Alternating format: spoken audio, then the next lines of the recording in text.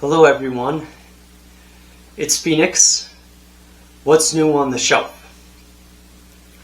Well, let's see.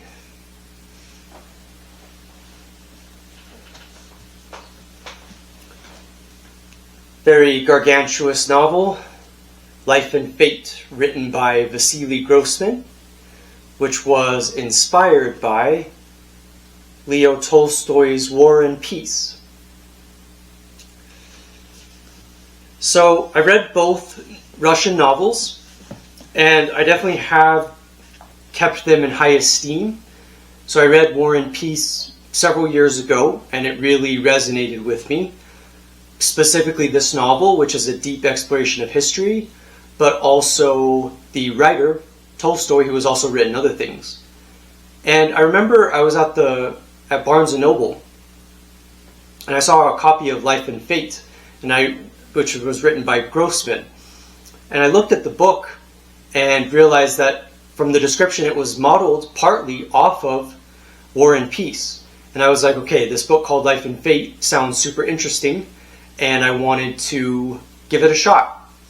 So I got it as a gift for Christmas, and I dove right in. And there's a lot to be said about the Russian tradition of literature, which definitely goes way back. And at least since the 19th century, I think many Russian writers have been very aware of each other's traditions. So in the 19th century, you have Russian writers such as Dostoevsky, Leo Tolstoy, Nikolai Gogol, and even before those writers, you have the writer of Eugene Onegin, which was Pushkin. And then in the 20th century, you have writers like Vladimir Nabokov, who's most famous for Lolita. But it's really interesting because there is a very rich tradition of Russian literature, and I think Life and Fate, which was modeled off War and Peace by Tolstoy, is definitely a very interesting text from which to think about, but it isn't just like it stands alone. You can read it standalone without thinking about the historical context, but actually for me, I think the meaning comes from knowing that it's a part of a deep tradition, a deep literary tradition. So I'll start off with talking briefly about Tolstoy, which is that Tolstoy wrote War and Peace, which is a book about the Napoleonic Wars. And I always loved the ending of War and Peace because it is a philosophical exposition of history, with him thinking about history and thinking about causality. And my understanding from reading it and from talking about it and thinking about it and researching it is that Tolstoy is writing about a determinist view of history. So he sees history as being a process that happens regardless of any input or regardless of any one power. And it's really interesting that he argues for that because it is one way of viewing history. You could see history as being very limited in causality and what people actually can control, and that basically they're just very large forces that influence society, and that influence not even just one culture but many cultures.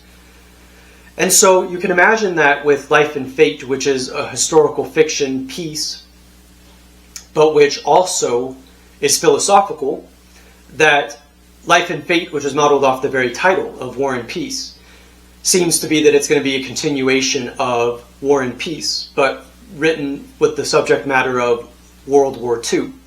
And so it's super interesting because Life and Fate isn't just indebted to Tolstoy. It's also indebted to writers like Chekhov, who was most famous for his short stories.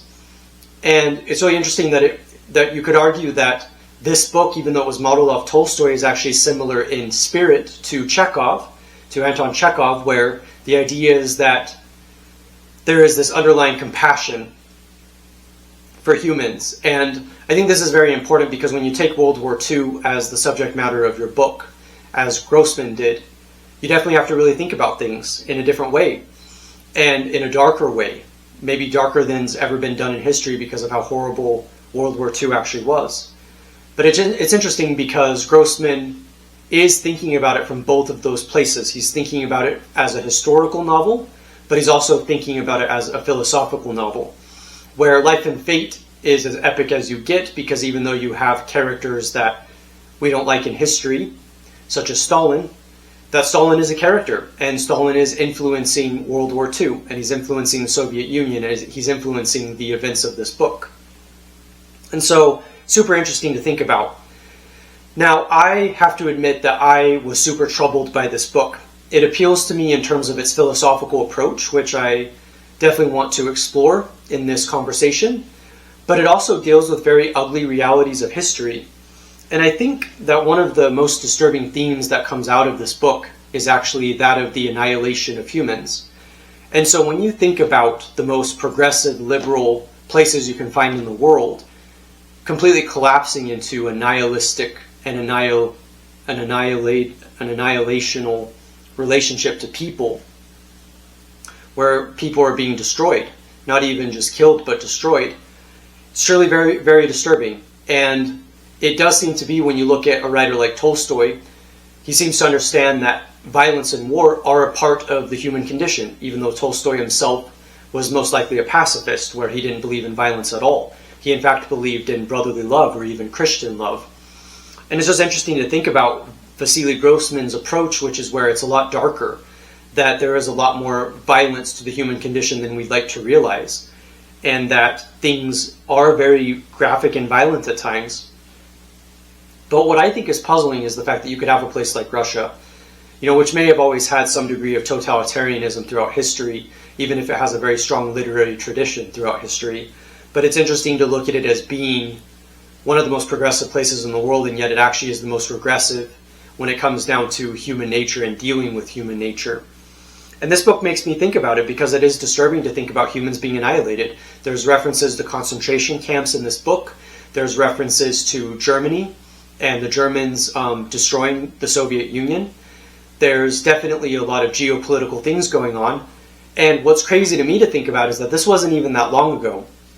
Even though it's from a different tradition, though not that much of a different tradition because it is war literature, but the book Night by Elie Wiesel, it's very interesting to look at it from the perspective of these very liberal places collapsing into complete bloodshed. And I think that that's what this larger tradition, not even just of Russian literature, but war literature, is, especially World War II literature, is capturing, is this complete breakdown in society.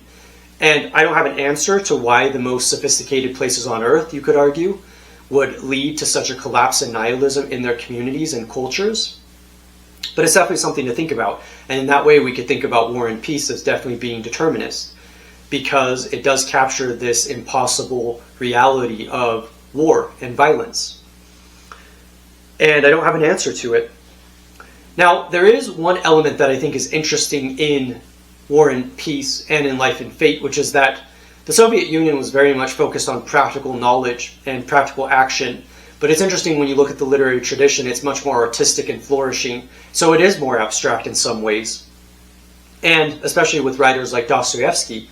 And it's interesting because there are references to what you could call the dreaded theoretician, where it's really a problem if you're too theoretical. Because one of the things that you learn from writers such as George Orwell in this overall tradition of world literature is that speech can actually be very problematic for communication. But then you could also look at it from the flip side, where you have this criticism by the state of language and abstraction and theory, where the more theoretical you are, the more limiting you are, the more that you're actually opposed to the state. And being opposed to the Russian state is the worst thing you can do. It's the biggest crime you can have. So it's interesting either way that you look at it, looking at it from Orwell's perspective of language as being very muddy, and when that happens as being very definitely obfuscation and definitely leading to problems with communication and easier to control. But even looking at it from this Russian tradition of actually the more theory you have, the more dangerous you are. And this is incredibly important because when you look at one of the characters in the novel, probably my favorite character in the book, which is, with the exception of maybe the kid that I don't want to spoil too much, but the kid that was in the concentration camp. But you have Victor, who is a scientist, and he definitely believes in science and the mission of science, which is to develop technologies and develop theories that help us understand the world, and how that's a very lofty but an idealistic but often important goal. And so the reason why that's important is because Victor is constantly challenged by the state, because they see him as a threat. They see him as someone who is challenging the government. And that's because he's trying to completely have free thinking. And he's trying to have this aim of pure science, and is being seen as a theoretician or someone who is not submitting himself to the state. And so to me, the interesting idea here is that you can challenge the government historically by doing pure science.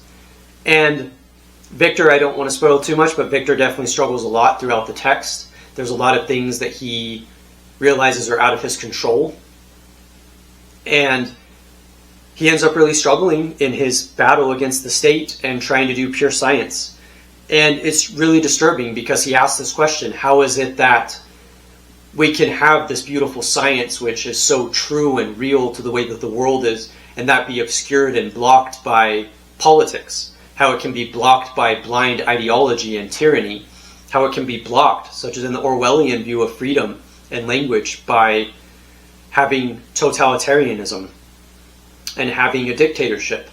And it's just super interesting to think about, because how do you have executions and murders and concentration camps right next to this impossible but important mission to do pure science, and to have it about the pure idea and about the pure truth and the pure exploration? And again, that's something I can't answer, because there's really not a very clear way of describing that relationship and how things can go so deeply off the rails. Now, I wanted to talk very briefly about the philosophical approach and even the literary approach of this novel. So I see the novel as being relatively straightforward, but I see it as being dense in terms of its characterization, where there's a lot of characterization throughout the novel, and also in terms of its philosophical approach.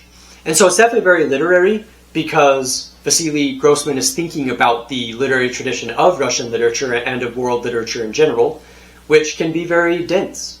And yet, it's really interesting to think about, because you could argue that this historical novel fits in the tradition of realism, which was actually a very common theme in 19th century and probably 20th century Russian writing.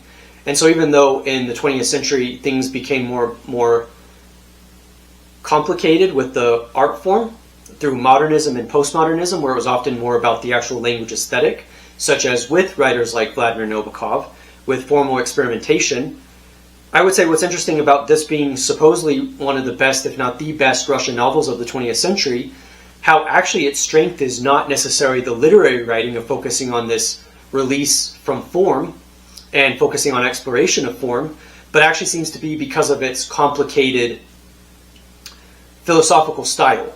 And so he's constantly riffing on different themes, and he does that through the writing, and it isn't just focused on style just through the words themselves, it's also what those words convey. So you could say that this is a very realist novel in a tradition of Russian literature, of like, it's very focused on like this kind of documentary kind of story. You could also argue that it's actually very abstract and lofty because of its philosophical approach, where, like in true philosophy, he's asking the question, using the theme of war: what is human nature? What does it mean to be human? What kind of things are worth pursuing in life? What makes a good life? How do things become so horrible at times? How can things also be so good at times? And thinking about the philosophy of science. And I think for him, going super philosophical into the approach, I think is very great for his approach, because it makes his book unique. It's philosophical in a sense in which War and Peace was philosophical as well. It's really thinking about not just the narrative and the characters, which, by the way, in both Life and Fate and War and Peace is very character-driven, with very complicated arcs with characters, but is also focused on the philosophy of history, and the philosophy of the world, and the philosophy of human nature, and that between good and evil. So at the Odyssey, on thinking about those things. And so I just think it's really interesting that he goes into that territory, because for me, I love philosophical novels. I do read philosophy as it's often written in its more traditional form, but I also like philosophical novels because it's often a clash between philosophy and literary writing. And I think those can definitely be opposed to each other at times, but they can also complement each other in very interesting and beautiful ways.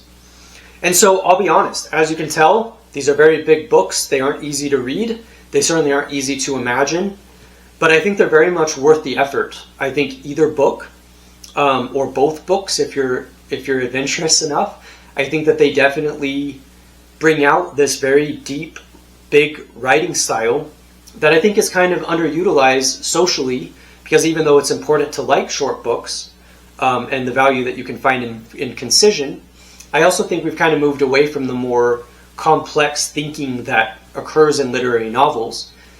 And that's just my thoughts on it, because I see both sides, of course, with the ability to have concise writing, such as Anton Chekhov, the Russian writer that I mentioned earlier.